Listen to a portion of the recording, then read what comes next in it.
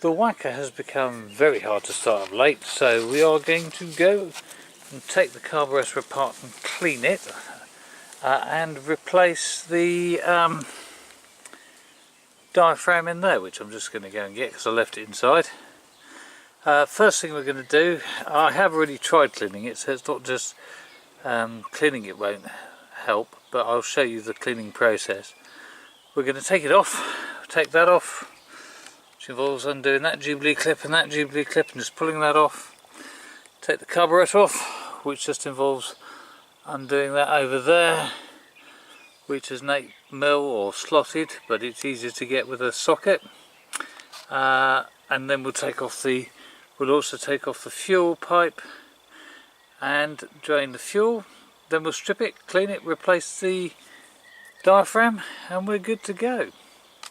And I'll also put a link in where I got the diaphragm from in the description down below, which is Mowerman. It is a Chinese copy, but hopefully it'll be good. That's a Bing 33 carburetor on this model.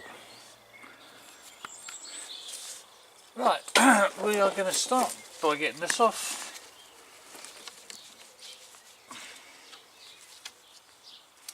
This nose off a little, and off that should come. Right, next thing we need to do, quickly make sure the fuel's off and undo this and take the fuel pipe off.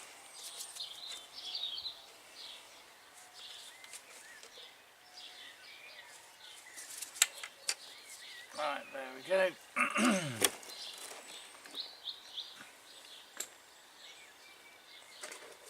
Now with a small ratchet, 1/4 inch ratchet, 8mm socket, we're just going to get in there and undo that.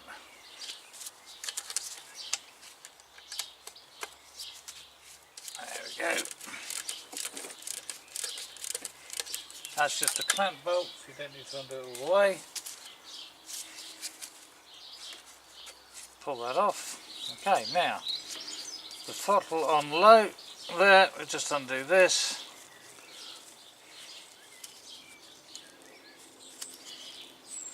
That just twists out, it's quite easy.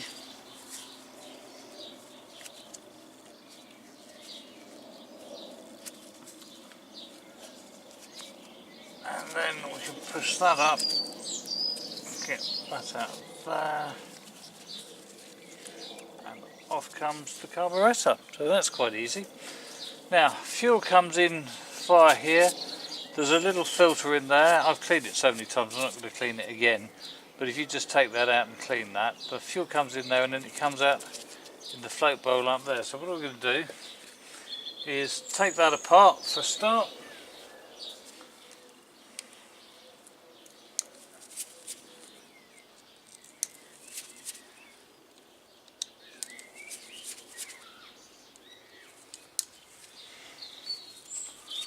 Right, I think I'm just going to tip the camera down so you can see what's going on down here.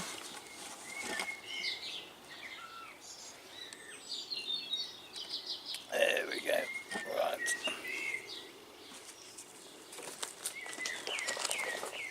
Okay. So, whip that off.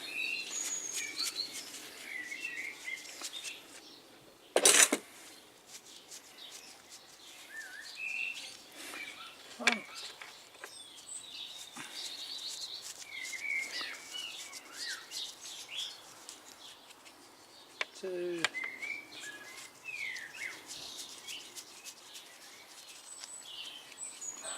three. We're also going to clean the jets, which involves taking them out, and there's 2 jets on this. 4. Right, let's pull that off. There's the gasket, the old gasket. There's the old saggy diaphragm. Right, so fuel comes in here through this needle valve here, which is on a spring. The idea is, as fuel gets sucked out of this chamber, the diaphragm will push that in and allow more fuel to be sucked into here, and then it comes out there into the main jet, and presumably from there also into the idle jet.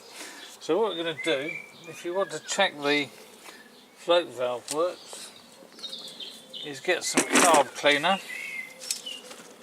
If it doesn't work, you might have to take it out, open it up, but it works on this, so I haven't bothered. When you're spraying this stuff about, wear some goggles, because otherwise what you can find is that you spray yourself in the face when you get a ricochet. So if we spray that in there, that's not going to work, but if we open the float valve, you can see stuff coming out the float valve. So the float valve works as expected. Right, so the next thing to do is to clean the jets. There's a high and a low jet. Each one of those is a different length. The shorter one is a high jet, and the taller, longer one is a low jet. That's easy to see the difference between the two. So that's the high jet, short one. Don't mix these up. And this one's a low jet, which is the taller one. As you can see, goes down further. And you can see in there, there's two jets. We're going to take the two jets. You can actually poke this one clean with the acetylene torch cleaner that I used for the other carburetors I've cleaned, but you can't do that for the idle jet because it's too small. However, I do have a primer stove pricker, and I'll use that for that. So you don't actually, if you're just going to look to clean that jet, you can get a number 2 down the main jet. Let me have a look, which one's number 2? Yep, you can get that down the main jet. I don't think you can get a number 3 down there. We'll have a go. No, you can't quite get a number 3. Oh no, you can get number 3 down there. So that cleans in the same way the carburetor does on the cement mixer. This one over here, on the other hand, is a low jet. I couldn't get that down through. We'll give it a go. Now that hole is too small. So what we're going to do is pull both jets out and blast them clean with that, and blast all the ports clean. So screwdriver, narrow enough to get down there, should be fairly easy to undo. And then when you've undone it, you'll have to tip it out in your hand.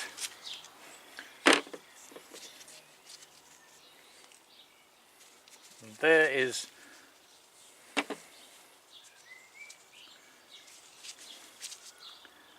the main jet. Now I've poked it clean. I'm now just going to spray some carb cleaner through it. That up there. Hold on, organise this so you can see it. Right. I'm just going to blast that jet clean. That's nice and clean. Now keep the main jet and the idle jet away from each other, and remember which one's which, because you do not want to mix them up. You'll be in a world of pain. So now undo the idle jet. Just undone. Tip it out, and also don't lose these things. So there's the idle jet. Now I found the only way I could get that cleaned out was with this, which is a pricker for a primer stove. Gently get in there and give it a poke. And possibly, can you get it from the other side? Don't think you can. No. And we're going to do the same thing. I'm just going to give it a quick blast out. Carb cleaner. Hold on.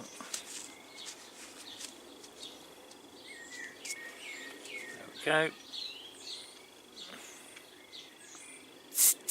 Right, so that's the low jet. Clean and dropped, which isn't very handy. Into a dusty spot, so I'll just clean that again.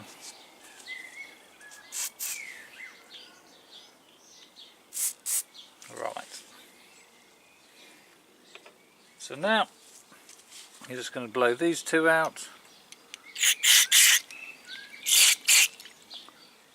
I'm not quite sure where that idle jet exits. That incidentally is the choke. Let me just see if I can see that. I think it just comes out the same place as that does. That's really odd. Right, and we've cleaned. Give that a clean. So all clean and all good.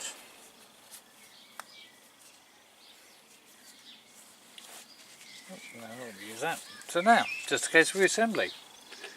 Idle jet in the low hole.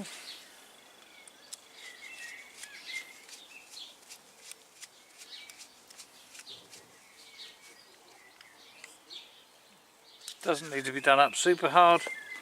High jet in the high hole. Thread pointing downwards, obviously.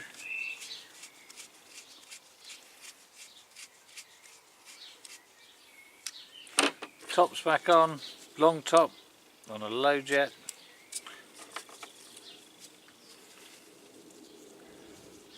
Short top on the high jet. They've both got fibre washers on these. Don't do them up too tight because otherwise you'll break the fibre washers.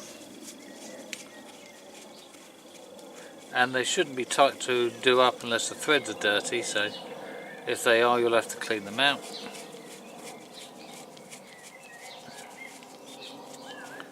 So that's that done. So now all we have to do is put the new gasket on.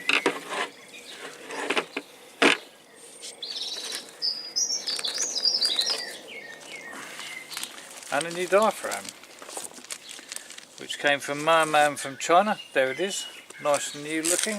Ooh, my foot's beginning to achy sat on. Right, and it's got holes in it. Now I'm fairly certain that is on the outside and the big plate is on the inside. Stick that across and put the new gasket on top.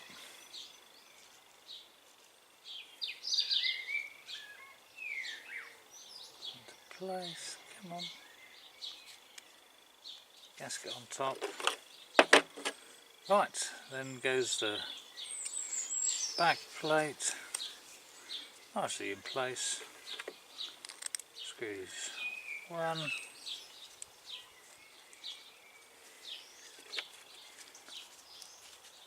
2, and I've mislaid one, but I'll grab that in a sec. See where it is.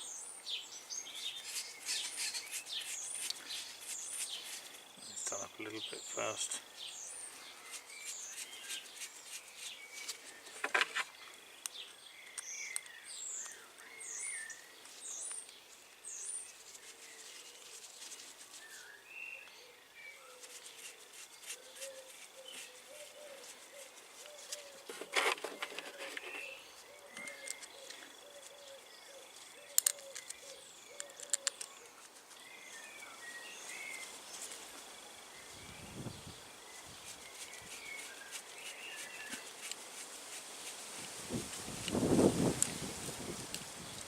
Right, to tighten that up.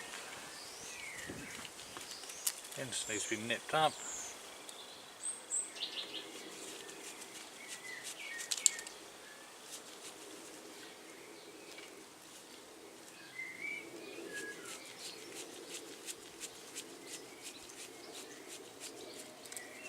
I'm keeping the old diaphragm and gasket just in case. Slide those back in the packaging. Away. Right, and now we are ready to refit the carburetor. So let's just re-point here. There we go. Right, straightforward. Reassembly is a reverse disassembly. So on we go with that. That just turns in nicely.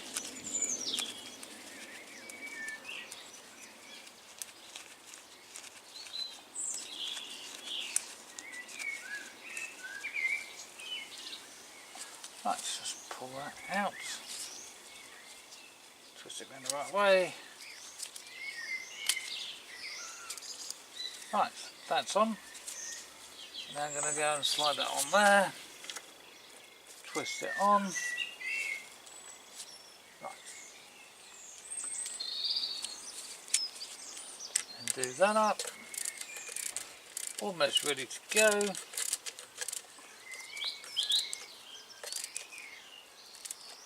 Right.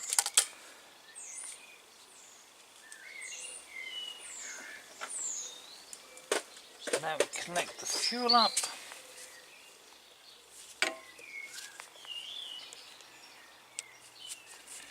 Let's see if we're getting fuel into the carburetor. So when you start this, turn the fuel on. It'll obviously take a sec to run down there because it's pipe's been drained and the carb's been drained.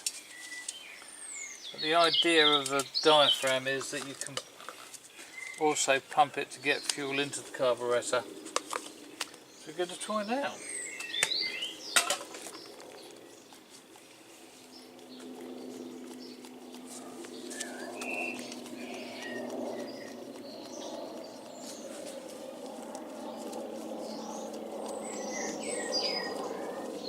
That's a bit irritating, so I can't see it.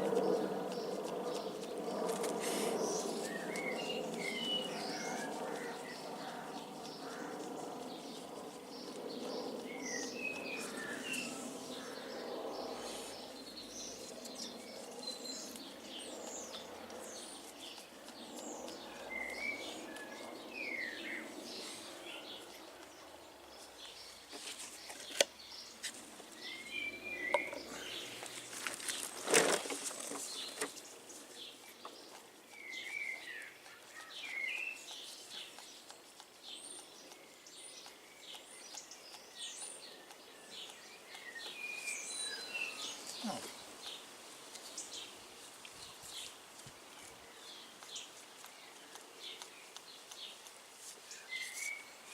It should. Bear with me a second. Let's say you change the diaphragm, it doesn't appear to have fixed my problem yet. Let's see.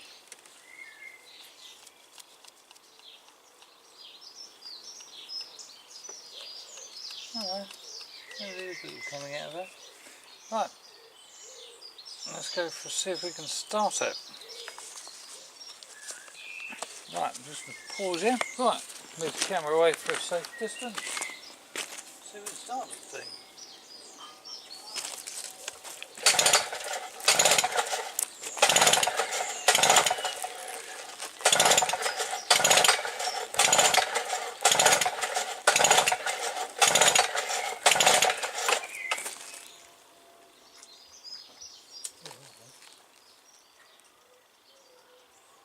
That sounds a bit more like it's getting fuel in there.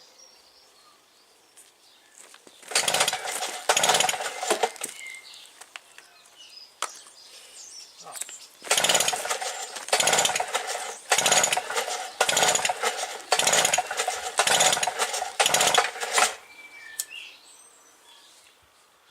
Yeah, it's definitely getting fuel.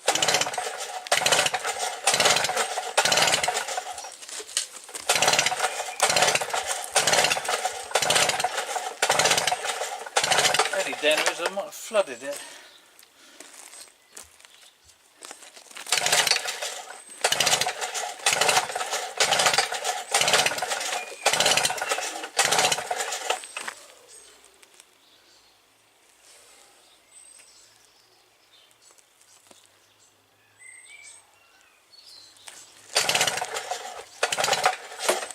Oh, back so I'm going to just try a quick spot of easy start.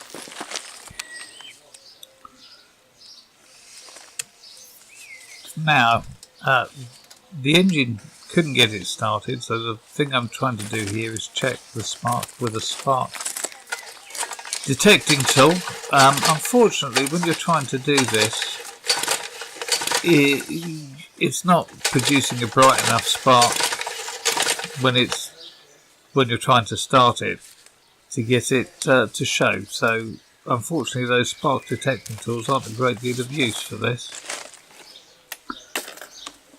So what I'm going to do is I'm going to see how much of a belch you get out of it by sticking a screwdriver out the spark plug lead and turning it over. And this at least gives you an indication of how strong the spark is. So if you put a screwdriver in and put your hand, the same hand that's holding the screwdriver, on the chassis and give it a pull, you get a reasonable belt that you know, which you can see there, got a little bit of a belt, that it's working.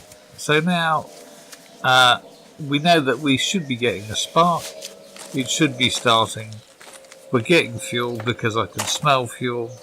So then the next thing we need to do is to see if we can check the spark plug.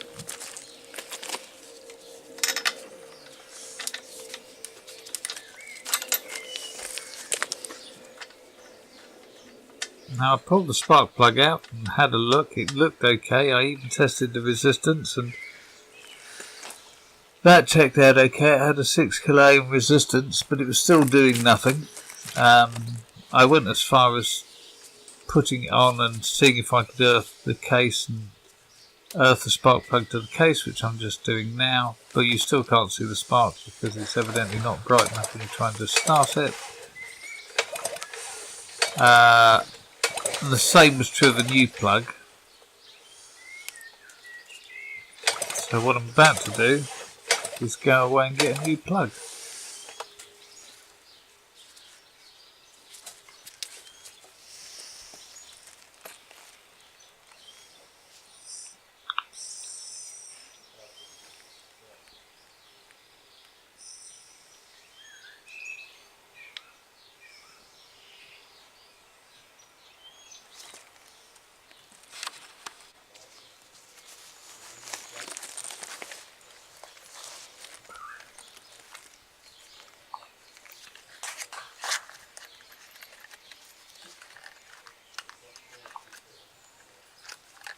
There we go. After a quick intermission, drive down to Halford.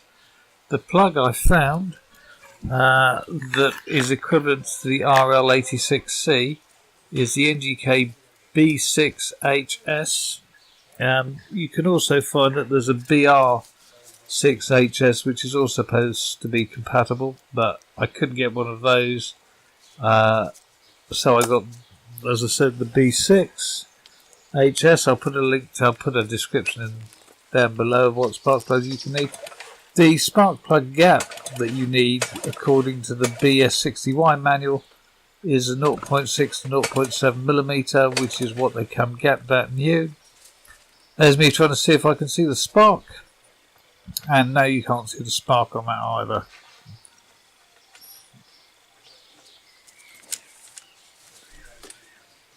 These have got electronic ignition on them, so that is at least fairly reliable, but it doesn't seem to kick out quite as much power as some older type magneto ignitions.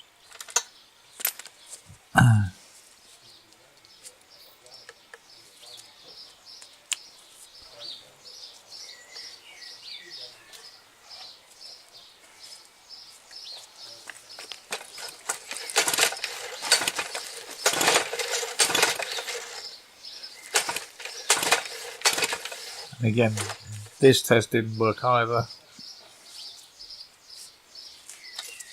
Now, I'm fairly certain it was a spark plug because Easy Start did nothing, and as you'll see in a minute, Easy Start at least should do something if you're getting a spark.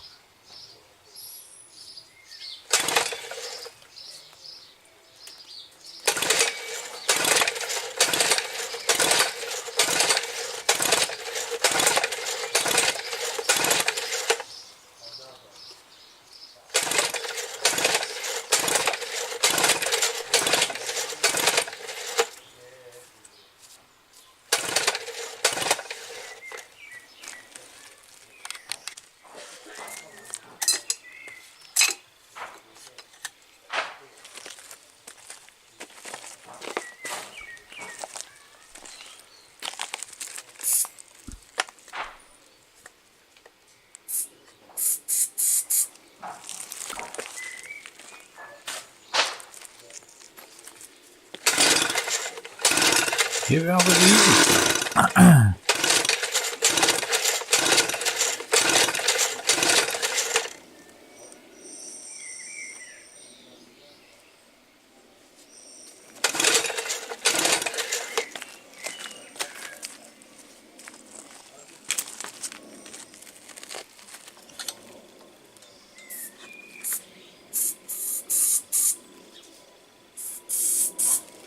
A little bit of life.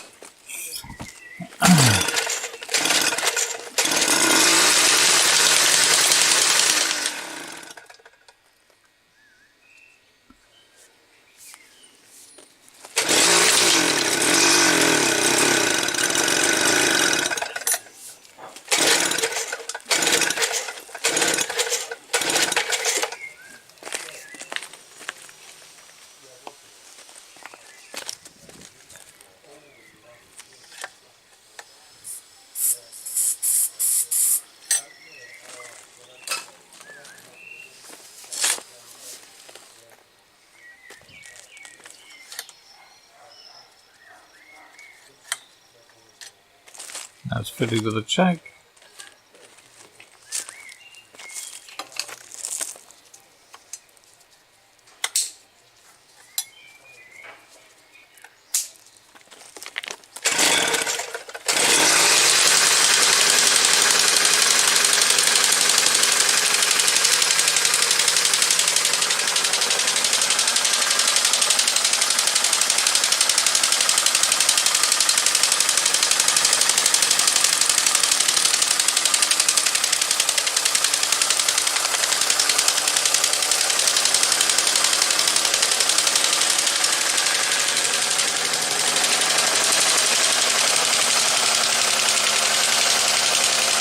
And there we have success.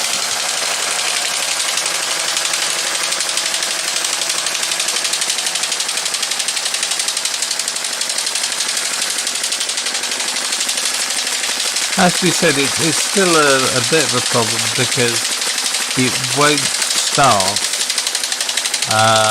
first thing in the morning without a little help from Easy Start. But I think that might be down to something stupid like the way the fuel pipe runs. Because once it starts first thing in the day, it then will start easily for the rest of the day.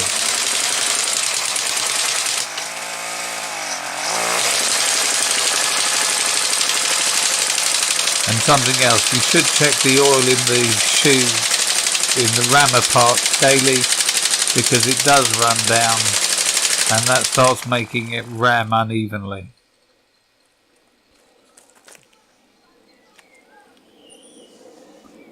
Let's go for another start in a sec. Please like, share and subscribe. It really helps. There we go, all good. Running again.